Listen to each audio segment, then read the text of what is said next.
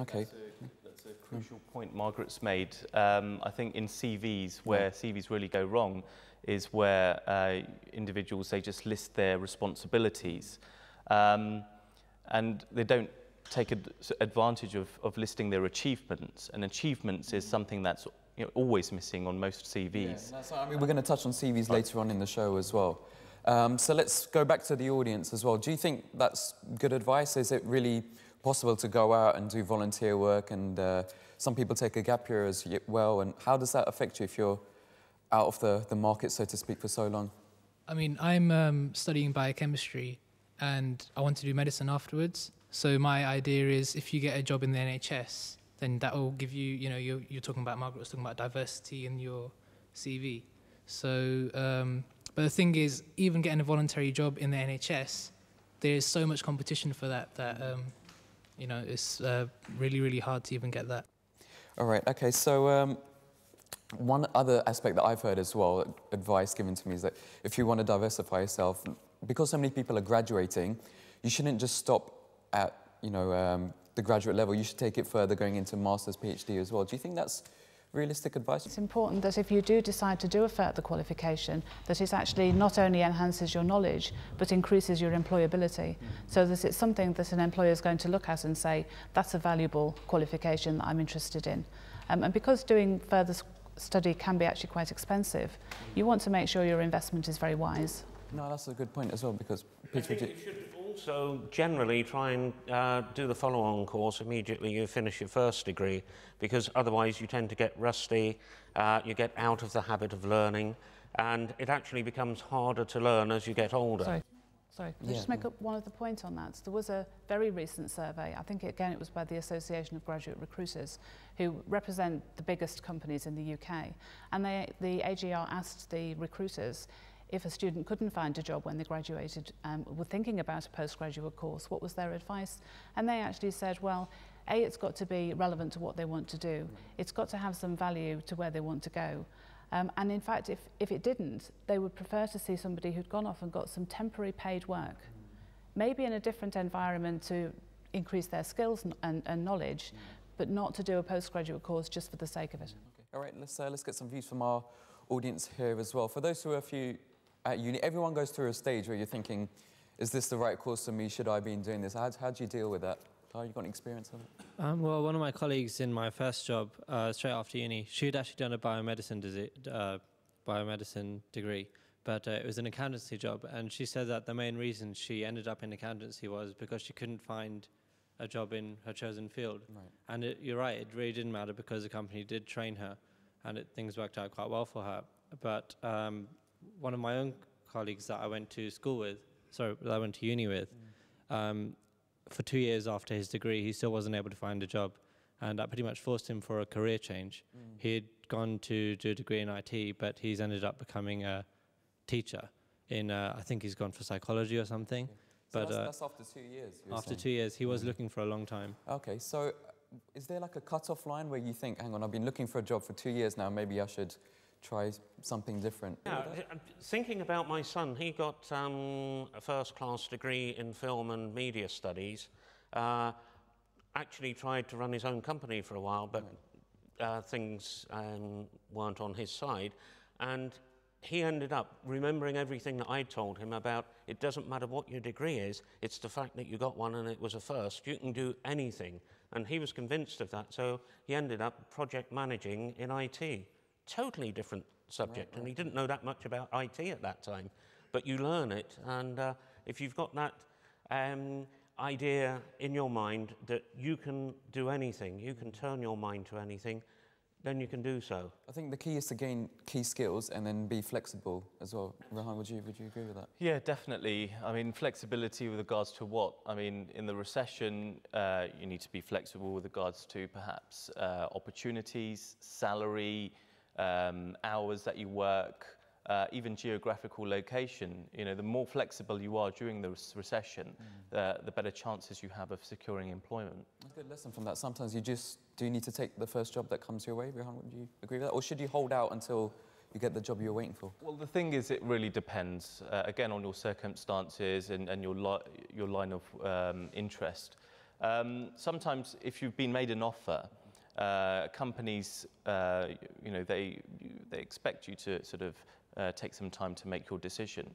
So you can use that time as a bargaining chip with perhaps other agencies that you're actively recruiting, you're interviewing through. And they will use that to tell other companies that you haven't had an interview with or haven't had an offer from, that this guy, you know, he's about to go and get employed. So they start fighting amongst each other.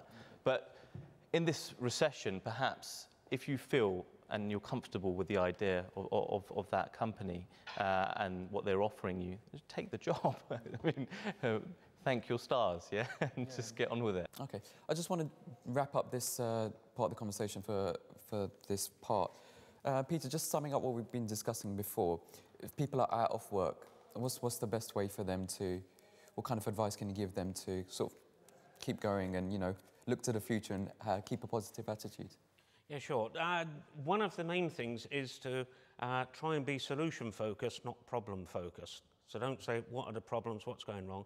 It's what is the solution? What do I need to do in order that this will happen?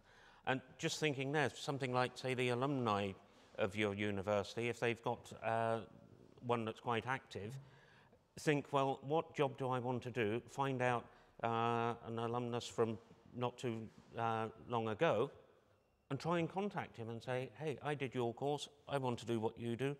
Any ideas? And he might well say, come and have a chat. Okay. So all right. doing anything that's positive. Fantastic. We're going to take a short break there.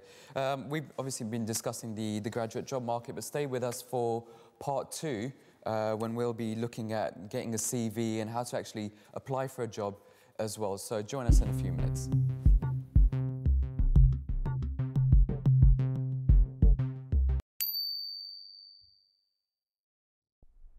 वक्त था वक्त मसीहा न किसी और का वक्त था वक्त मसीहा न किसी और का वक्त मैं ना आता तो कोई और ही आया होता मैं ना आता तो कोई और ही आया होता.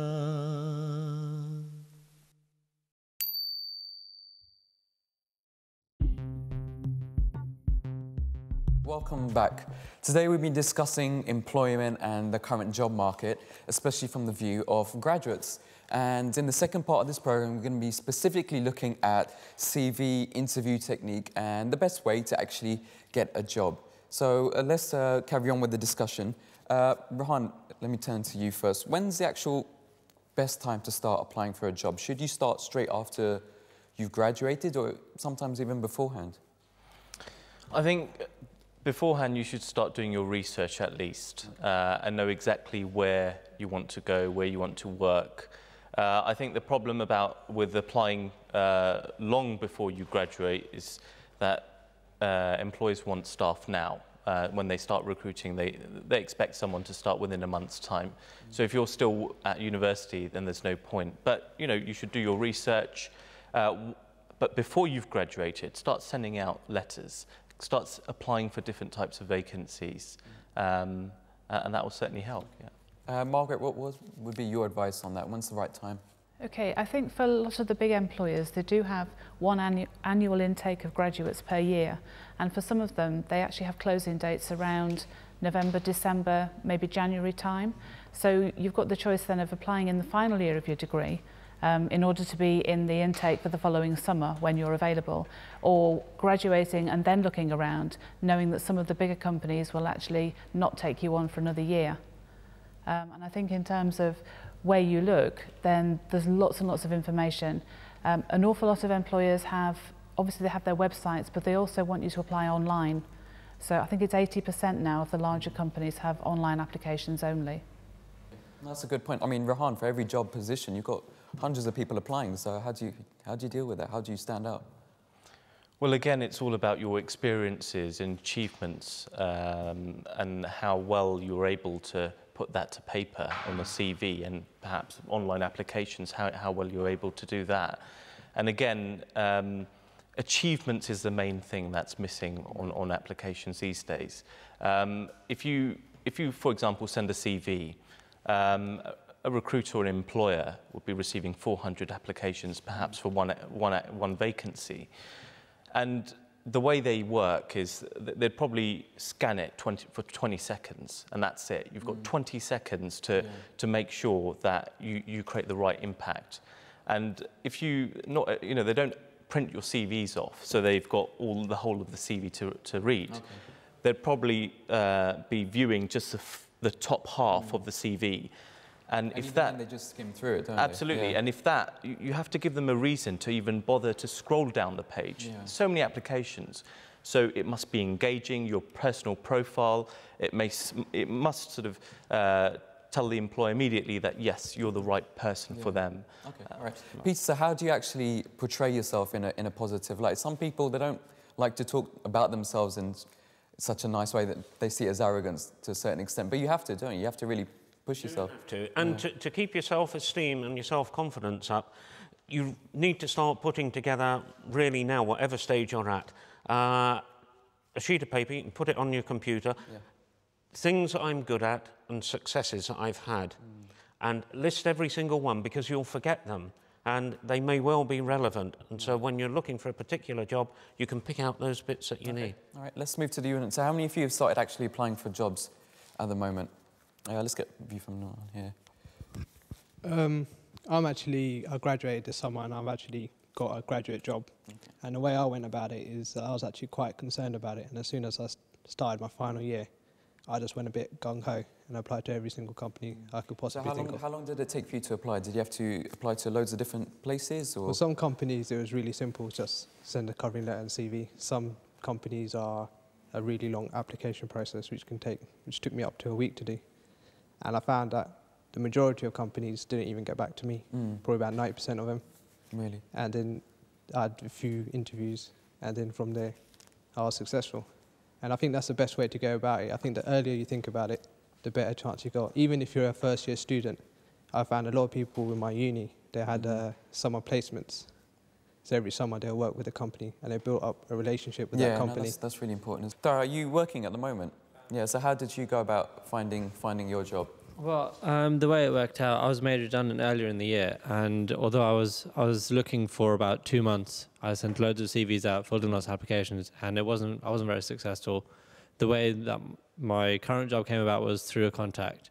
It was through... Okay, for example, when you're not successful, do they actually get back to you and give you feedback and say... No, I'd say most of the time I didn't hear any response. I think that's the problem with online applications. You have to actually call them to actually get the answer, yes or no. Yeah. Some of them I did hear back, and it was obviously, unfortunately, no. Due to the recession and everything that's happening. The same excuses again and again. But yeah, my current job was through a contact, and I still had the whole interview process, but I found out about it. He called me up, he said, we have this role, come in. Okay, so one question I want to ask to the panel, how should people be looking for jobs? I mean, do you go straight up to employees? Do you go through online websites? There's so many different routes. Rehan, what's the best way? I think the best way is to use a combination of methods, and there's a lot available. You can use recruitment agencies. Again, there are many different types of recruitment agencies, generalist recruitment agencies, specialist recruitment agencies. You can use online job boards where they collect thousands of vacancies from agencies and direct employers. So you can use that. Look in the local press, at the national press, and then there's a range of other methods as well. They say, obviously, networking as well. That's another big area, like that gentleman there. Yeah. He had a contact, didn't he? And he gained a vacancy through that. Now, that's usually known as the hidden jobs market, which is networking, using your contacts, making speculative applications. Knowing the right people rather than... Absolutely. They say about almost 70% of jobs are never advertised. Really? And that's a huge figure. That means the thousands of jobs you're seeing, those are just that 30% that are advertised, 70% go through word of mouth and personal contacts and business relationships you can make. No, that's fantastic.